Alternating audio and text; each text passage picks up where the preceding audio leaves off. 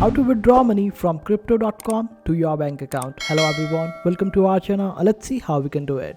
So for this, you will have to log into your crypto.com account, and after that you will have to activate your bank account, which basically means that you have to link your bank account with crypto.com.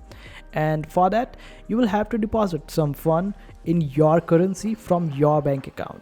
This way you would be able to link your bank account with crypto.com. Now, in order to withdraw your money from your crypto.com, you will require some basic limit. The minimum limit is there. So for British pound, it is around 70 British pound, and for dollar, it is around $100. So you will have to keep at least minimum limit in your wallet in order to withdraw the funds. So in order to withdraw, you will have to open up your wallet at the bottom, then go to your fiat wallet. Over there, click on the option of transfer. Then select the option of withdraw, and now select the currency.